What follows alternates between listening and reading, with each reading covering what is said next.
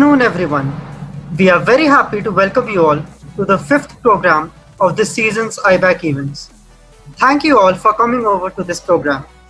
We have a great pleasure in welcoming the chief guest of the day, Mr. Siddharthan Sir, Director Sir, Deputy Director Placements Ma'am, Deans, all the teachers, and my dear friends. Before we commence our program, we shall seek the blessings of the Almighty. We have with us Arushi of our cell, all the way from Lucknow, live. Great.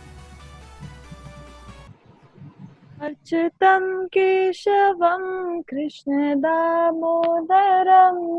रामनारायणं जानकीवल्लभम् अच्युतं केशवं कृष्णदामोदरं रामनारायणं जानकीवल्लभम् कौन कहते हैं भगवान आते नहीं तुम मीरा के जैसे बुलाते नहीं तुम मीरा के जैसे बुलाते नहीं अर्चितम Keshavam Krishna Damodaram Ram नारायणम Janaki Vallabham Ram नारायणम Janaki Vallabham. Let us start the program with a bad joke. The renovation and accidentally leaves his handprint on a wet cement. What is the type of evidence the police has? A concrete evidence, right? I now invite Karthik to present the profile of Mr. Siddharthan Sir. Over to Karthik. Mr. Siddharthan Sir is the Executive Director HR of the Dalmia Cement Bharat Limited, part of the rupees 13,500 crore 85-year Dalmia Bharat Group. Dalmia Cement has its units in 14 states of the country. The group is headquartered in New Delhi and is into cement, sugar, power, and OCL refractories. Today, Dalmia Cement stands as one of the most profitable players in the industry with sustainable high margins and strong financials backing their efforts. Mr. Siddharthan Sir, an LLB in Labour and Industrial Laws from the Bangalore University and also has a Master's in Business Management from the Delhi University. Before taking over as HR head at Dalmia Cement in 2012, Mr. Siddharthan Sir was HR head at ASL Limited. At a time when the real estate sector is passing through a very tough time and with work from home culture likely to see corporates preferring smaller offices, it would be interesting to see how Mr. Siddharthan Sir addresses the multiple challenges in terms of seeing through the crisis and emerging stronger from it. We have with us today Mr. Siddharthan, meaning the accomplished, to energize with his story of taking care of human resources at a time of crisis. Privileged to have you, sir, with us today. Thank you, Karthik. That was interesting. Over to Sir. Thanks a lot. Good afternoon, everyone. I am thankful to the faculty members, directors, director of the institute and the students.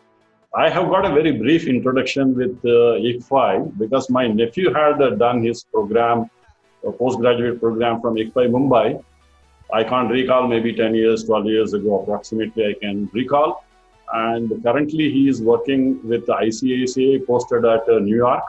And the new addition that he had been given about a few months ago is that he will be taking care of ICACA, New York as well as Canadian operations.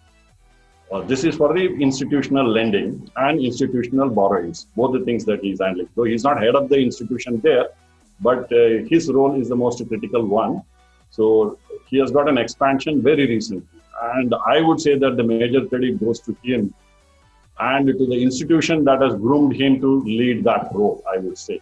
Though he is young, I don't know how far he will be achieving, but I know that ICFI has played a major role in his life. That way I know about ICFI directly, and I have experienced through him, I can say. Thanks a lot for inviting me. I know that since all students have got basic understandings of the terminologies, leadership, all those things, so I'm not going to touch any of them. So I would like to give a little bit brief introduction about the company. And here I would like to talk only about the Dalmia Cement Bharat Limited, because that is where I am working. So whatever you have talked about are some of the group companies, like Dalmia Sugar has got about a revenue of over 2,000 crores, and Refractory has got 1,000 crores, and they are getting into some of the new other businesses also. But with regard to cement, I would like to say that in the year 2006, our revenue was only, cement revenue was only to about 350 or 375 crores. And 2 years ago, we crossed 10,000 crores. So you can understand that what is the multiplication, maybe 22 times or 24 times we have multiplied the revenue. And equally the bottom line and the expansion, all these things, what Nikhil talked about, it are there. And almost all these things happened probably by the time Dr. Sharma was mentioning. The stock market was booming, times were good, financials were good, banks were overwhelming, all those things have come in. So that is the reason. But only probably Mr. Venkatraman and Dr. Sharma and I can say that we are the generation who have seen the Indian telephone industry made a telephone, which is a black telephone, which was in a high demand.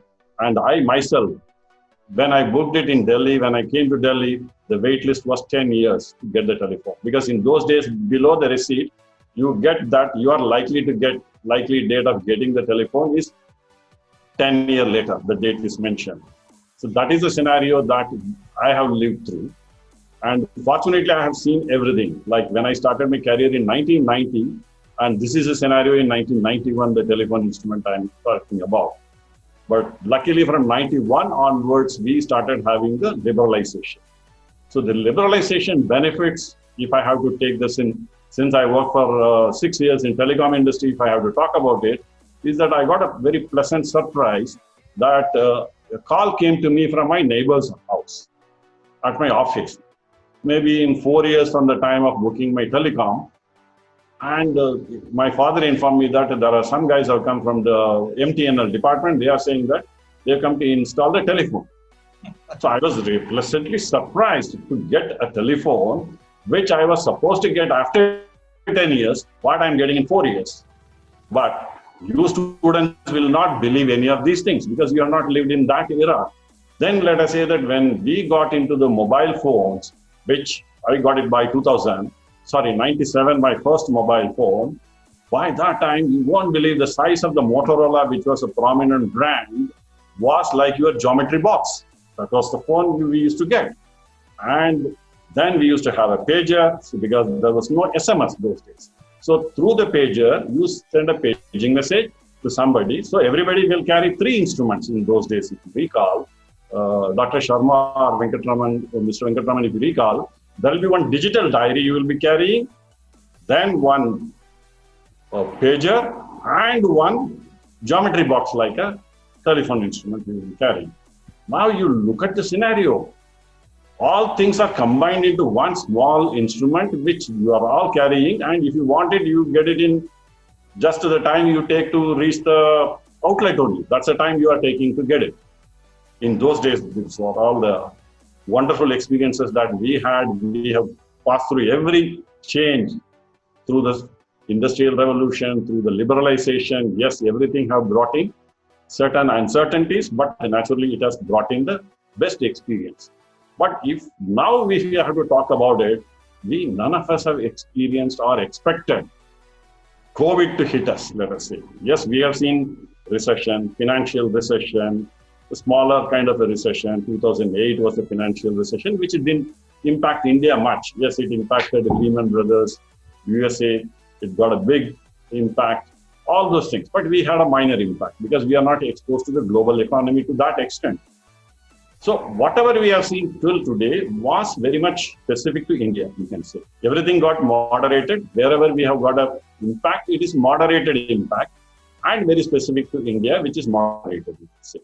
But this is the first time we are facing, which is global impact. No one is spared, you can say. Maybe Some countries like New Zealand have come out of it. Just I was reading about Vietnam, which has got only 300 and odd patients only, and there was no death, and they have come out of it. There are exceptions, but everybody is a big sufferer. And in this process, what I would suggest is that almost our experiences are washed out, because whatever we have learned, as I told you, the telecom experience, as I told you, we have crossed through all, from a large, heavyweight telephone to the probably 100-gram weight handset. We have seen everything. We have gone through every progress. Probably none of the generations may be going through so many progressions you may not go through, probably. But this is overwhelming. This is totally unexpected, which has hit globally, and we are also hit by that. So in that way, only I would say that your experience, suppose if I take tomorrow, Nikhil goes to work, probably there won't be any difference in experience of Nikhil and me will come in, probably, except how flexible I am, how I am able to transfer my past learnings. Naturally, my reading, probably I would have started reading many things that before any of the students were born. I started reading newspapers and other things from 1977 onwards. Magazines, newspapers, books, I started reading from that time. Probably that is what is going to help me, because people thought that Google has made knowledge irrelevant. Yes, that is right. Today you can find the knowledge there, but you have to search for it. For this generation, what happens that we have got, that's the only advantage that we have got. It is ingrained us, and probably it can come by a click of the button to us, keeping in view the situation. Suppose any situation we face today, tomorrow, that is what going to help us. Not that there is going to be any difference between a youngster who is coming into the corporate world with zero experience and I with a 30-year experience. It's not going to make a difference. Only the knowledge that we have gained. So please, I would suggest you, yes, Google has made knowledge irrelevant, but still we have to continue to read, update, upgrade ourselves. That is the only way. Thank you, sir. Dear audience, whoever has a question to ask the guest or director, sir, may kindly press the raise hand button in the participants box. IBAC cell member Savini would call out your name. Please open your video, unmute yourself, introduce, and then ask the question. Shoot your questions to Mr. Siddharthan, guys. Thank you. Over to audience and Savini. Nikhil, there is already one in the chat box from Paras. So he's asking about whether we have cut any remuneration. Paras, we have not cut anybody's remuneration, even 1%. The next question is from Astha. Astha, please unmute yourself and then ask your question. After this, Akshay Batra, please be ready. Good afternoon, sir. My name is Astha Gupta. My question is, has Real Estate Regulations and Development Act affected growth of real estate sector rather than developing it? See, Astha, any regulation which comes in will have some impact for somebody, but those who are working in any industry genuinely, they will not have any impact. So that is the common one, whether it is a real estate related or any other industry related.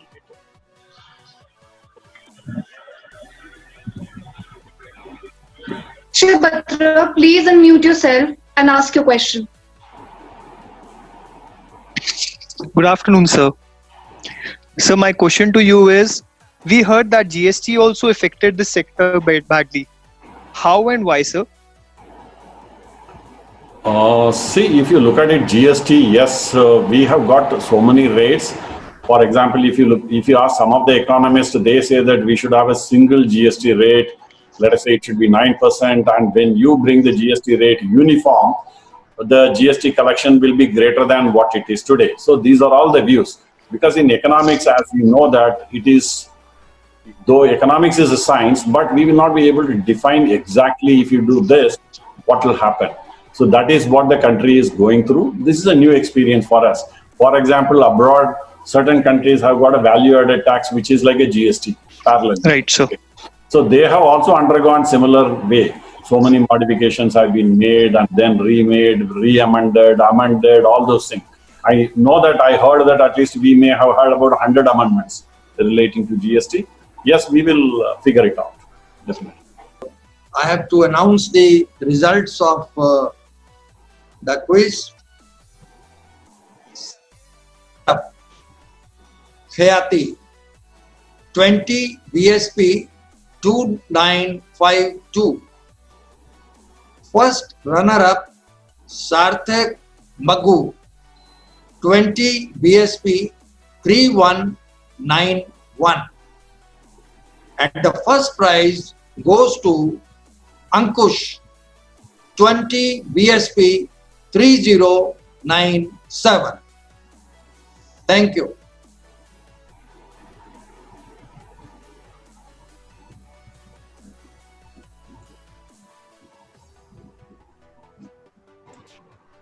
Here we come to the close of our session. Thank you, Mr. Siddharthan sir and Director sir, for making it such an unforgettable event. Thank you all my teachers and my dear friends. On behalf of IBEXL, I wish you all goodbye. Thank you, sir. Thank you. Unmute yourself and give a huge round of applause. Thank you.